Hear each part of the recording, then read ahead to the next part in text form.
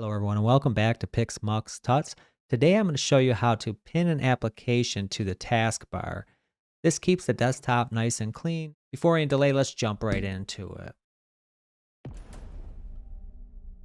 The first thing you want to do is locate and open the application that you want to use. I'm going to open the calculator program because I use that a lot.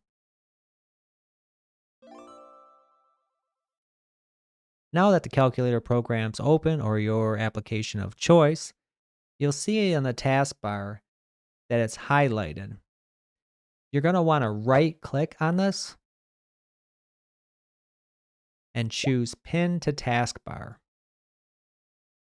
Now if I close the application, you'll notice that it'll stay in the taskbar. Even if I restart the computer, it'll still be there. So I can just click that and it'll open the calculator whenever I need to.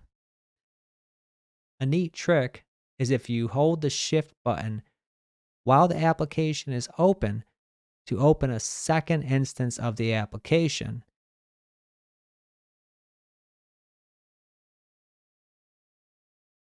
Now you'll see that I actually have two calculator applications open. I can perform multiple operations at the same time. So on this one, I can add 1 plus 1.